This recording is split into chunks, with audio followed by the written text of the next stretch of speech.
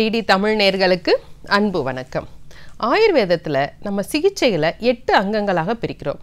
அதில் ஒரு அங்கம் முதுமை. முதுமையில் ஆயுர்வேதம் எந்த வகையில் நமக்கு பயன்புள்ளதாக இருக்கின்றத இந்த பதிவில் தெரிஞ்சுக்கலாம்.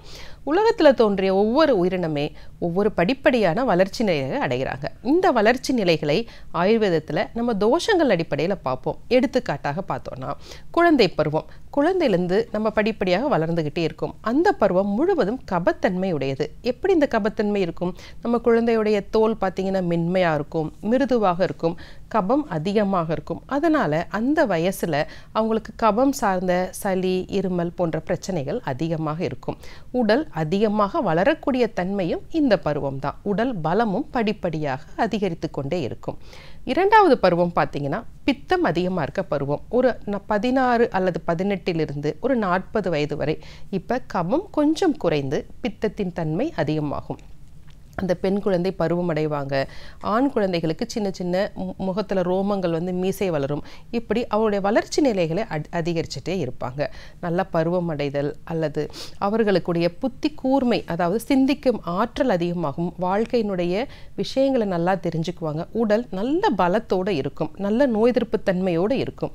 இந்த பருவமானது பித்தத்தின் தன்மை அதிகமாக இருக்கிறதுனால நமக்கு வயிற்று எரிச்சல் மாதிரியான பிரச்சனைகள் இருக்கலாம், அல்லது அல்சர் அல்லது நம்மளுடைய மூல நோய், அது மாதிரியான சிக்கல்கள் இந்த டைமில் வருவதற்கு வாய்ப்பு இருக்குது. ஏன்னா அந்த உடல் தன்மையும் பித்தத்தை சார்ந்தது தான். சரி, இதற்கு அடுத்தது பார்த்தோன்னா ஒரு 40 வயதை தாண்டும் பொழுது பித்தம் குறைந்து வாதத்தின் தன்மை அதிகரிக்கும். பித்தமும் இருக்கும், ஆனால் கூடவே வாதத்தின் தன்மை ஒரு 40 60 வயது வரை.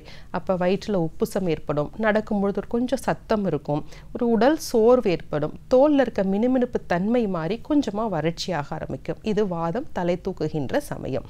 இந்த சமயத்தில் பல பேருக்கு பார்த்தோம்னா சர்க்கரை நோய் இருக்கலாம், இரத்த கொதிப்பு இருக்கலாம். பெண்களுக்கு மாதவிடாய் சுழற்சியில் அவர்களுக்கு சிக்கல்கள் இருக்கலாம்.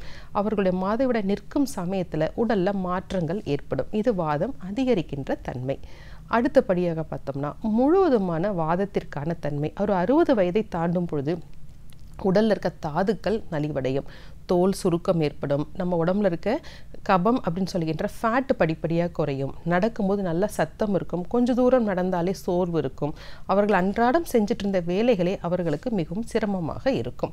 இதற்கு என்ன காரணம்? உடல்ல வாதத்தின் தன்மை அதிகரிக்கிறது. எடுத்துக்காட்டாக பார்த்தோம்னா ஒரு நல்ல காற்று அடிக்கும் பொழுது இலை கொஞ்சம் கொஞ்சமாக வறண்டு உதிர்ந்து விடும். அதே மாதிரி தான் நம்ம உடம்புல இருக்க ஒவ்வொரு திசுக்களிலும் வாதம் அதிகரிக்கும் பொழுது ஆக்சிடேஷன் நடக்குது. ஆக்சிடேஷனால அதோடைய வயோதிகம் அதிகரிக்குது. சரி, இந்த வயோதிகம் இன்றைக்கு எல்லாருக்குமே 60 வயசுக்கு மேலே தான் ஏற்படுகிறதா அல்லது முன்னாலே ஏற்படுகிறதா அப்படின்னா, நம்மளுடைய வாழ்க்கை முறை காரணமாக இந்த வயோதிக தன்மை நமக்கு இயல்பாகவே சீக்கிரமாக அமைகிறது. இதற்கான ஆயுர்வேதம் கூறும் வைத்தியங்கள் என்ன அப்படின்னா, முதலில் வயோதிகத்தை நம்ம எப்படி எதிர்கொள்ள வேண்டும், வாதத்தை எப்படி கண்ட்ரோல் பண்ணணும் அப்படின்னா, முதல்ல உணவு முறையிலும் வாழ்க்கை முறையிலும் தான் நம்ம மாற்றங்கள் ஏற்படுத்தணும். உணவு முறையில் பார்த்தோம்னா நல்ல சத்தான உணவுகளை எடுத்துக்கொள்ளணும், வறட்சியான உணவுகளை எடுத்துக்கொள்ளக்கூடாது. ஒவ்வொரு வேளை உணவிலும் நீர் சத்தும் நார் சத்தும் அதிகமாக இருக்கணும். அங்கே உணவில் எப்பொழுதுமே கொஞ்சம் நெய் சேர்த்து சாப்பிடணும். ஏன்னா நம்ம உடம்புலையும் நம்ம குடல்லையும் வாதம் அதிகரிக்கும் பொழுது ஒரு வறட்சித்தன்மை இருக்கும். இந்த வறட்சித்தன்மை காரணமாக இயற்கையாகவே கபம் குறைந்த காலம் என்பதனால் மலச்சிக்கல் ஏற்படும், மூளைக்கு செல்கின்ற சத்துக்கள் குறைவாக இருக்கும். அப்போ உணவில் அவங்க கண்டிப்பாக மாற்றம் ஏற்படுத்தணும். வெளி உபயோகமாக என்ன பண்ணலாம் அப்படின்னா, வாதத்தை குறைக்கக்கூடிய தன்மை எண்ணெய்க்கு தான் இருக்குது. சாதாரணமாக வீட்டில் நமக்கு நல்லெண்ணெய் இருக்கும்.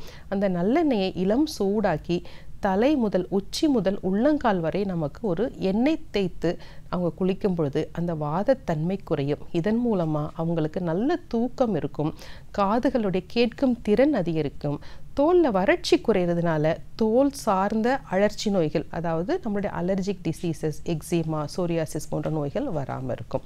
இதற்கு அடுத்தபடியாக ரசாயன சிகிச்சைகள்னு ஆயுர்வேதத்தில் சொல்கிறாங்க. நம்ம சுற்றி இருக்க பல மூலிகைகளே நமக்கு இன்றைக்கு ரசாயனம், அதாவது வயோதிகத்தை நிலைநிறுத்தும் தன்மை உடையது. எடுத்துக்காட்டாக மஞ்சள் அதிகமாக பயன்படுத்தலாம், அமுக்குரா கிழங்கு, அஸ்வகந்தான்னு சொல்லுவோம், அதை பயன்படுத்தலாம், திரிபலாவை பயன்படுத்தலாம், சீந்தில். இது எல்லாத்தையுமே ஒரு குறிப்பிட்ட அளவு உணவில் சேர்த்து கொள்ளும் பொழுது அவருடைய வயோதிகத்தன்மை கட்டுப்படும். அடுத்தபடியாக ஆயுர்வேதால பஞ்சகர்ம சிகிச்சைகள், உடலை தூய்மை செய்யும் சிகிச்சைகள். இதுவும் ஒரு மருத்துவரின் அறிவுரைப்படி நம்ம எடுத்துக்கொள்ள வேண்டும். அடுத்தபடியாக அவர்களுக்கு மனப்பயிற்சி, மனம் எப்பொழுதும் ஆரோக்கியமாக இருக்கணும்னா யோகா, தியானம், புத்தகங்களை படித்தல், அந்த மாதிரியான விஷயங்கள் செய்யும்போது மூளையின் செல்கள் சுறுசுறுப்பாக இருக்கும். இதற்கு மேலும் அவர்களுக்கு தூக்கம் இல்லை அப்படின்னா ஷிரோதாரா போன்ற ஆயுர்வேத பஞ்சகர்ம சிகிச்சைகளை நம்ம செய்யலாம். இப்படி படிப்படியாக வயோதிகத்தில் வருகின்ற மாற்றங்களை முன்கூட்டியே நம்ம அறிந்து அதற்கான ஆயுர்வேத வழிமுறைகளை நம்ம பின்பற்றும் பொழுது என்றைக்குமே ஆரோக்கியமாக இருக்க முடியும். சரி நேயர்களே, இன்றைக்கு முதுமையில் ஆயுர்வேதம் பற்றிய சில குறிப்புகளை தெரிந்து கொண்டும் வேறொரு நிகழ்ச்சியில் சந்திக்கலாம். நன்றி.